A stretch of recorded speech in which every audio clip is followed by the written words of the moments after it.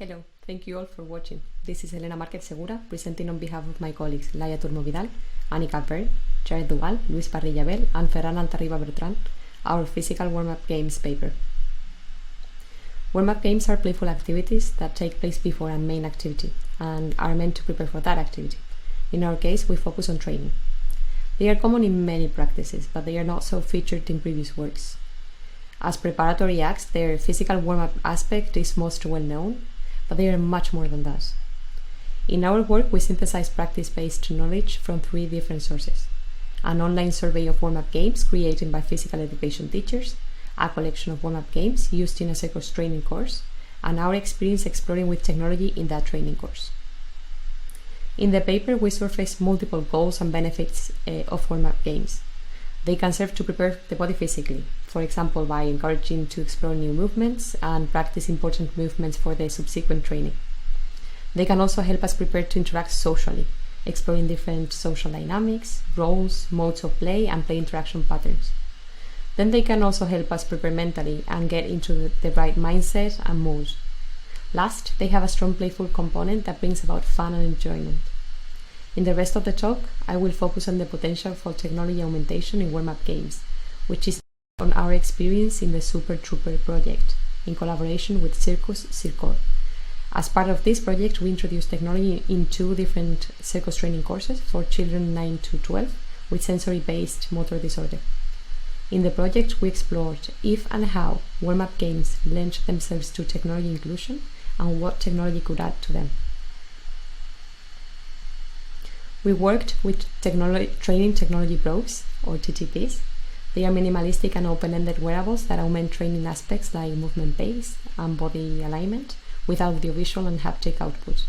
On the left, you can see the movement TTP, which reacts to acceleration showing red and beeping and vibrating frequently with movement changes. On the right, there is the laser TTP, an off-the-shelf laser pointer that can be attached to the body with different orientations, projecting light onto different surfaces. They were used to augment and modify warm-up games played during the training courses. Next, I will highlight a few of the technology potentials in our paper. In the physical dimension, technology supported children to engage with particular kinds of movements that were otherwise difficult, weird, tedious, or hard to perform for them, like moving slowly and with control. Here on the right, you can see the children playing the game Statues with the movement TTP. They had to advance towards the master, this child on the right, on top of that shelf, without triggering the red flag of the technology that they were wearing on the bodies.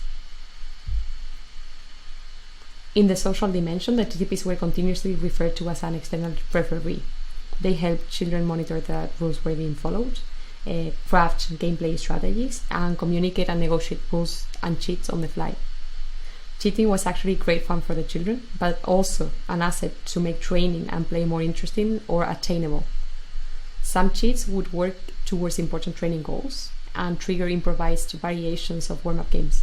For example, when playing the Frozen Statues game, a player realized that he didn't need to freeze because moving slowly wouldn't trigger the red flag of the technology. And of course, soon after, all the children were playing like that. In the mental dimension, the TTPs help children to focus on particularly challenging performance aspects and strategize to attain their goals. This also happened in the Frozen Statues game, where children came up with multiple viable strategies to get to the finish line. As for play and games, technology added flexibility and variability, which were useful game design assets, for example, to create game variations and to modify them on the spot. Last, technology supported the emergence of playfulness and enjoyment and fun, which added to all the aforementioned dimensions, and they were key for training. I will finish with a few remarks and takeaways. Warm-up games in physical training have multiple goals and benefits in the physical dimension, but also in the social and mental dimensions. Technology can add much to warm-up games and in all these dimensions. Last, warm-up games have much potential as physical training activities in their own right, which is something that we want to explore in the future. That's it. Thank you all for watching. I'll be happy to respond to your questions and comments.